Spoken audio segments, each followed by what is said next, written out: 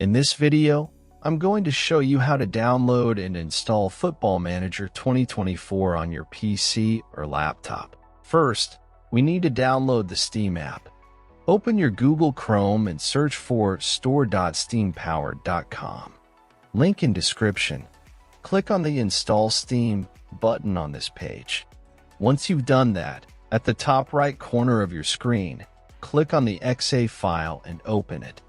Complete the installation, and once finished, open your Steam app. Now, go to Store and click on the search box at the top right-hand corner. Search for Football Manager 2024 to download the game. If game is not showing up, check out video in description. Else in drop-down menu click on Football Manager 2024.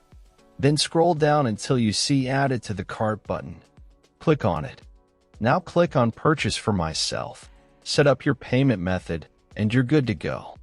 After completing the purchase, go to your library.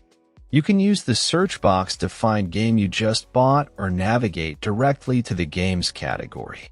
Next step I will show on Game I Own. First, click on the game you want to play. Now click Install. Complete installation process.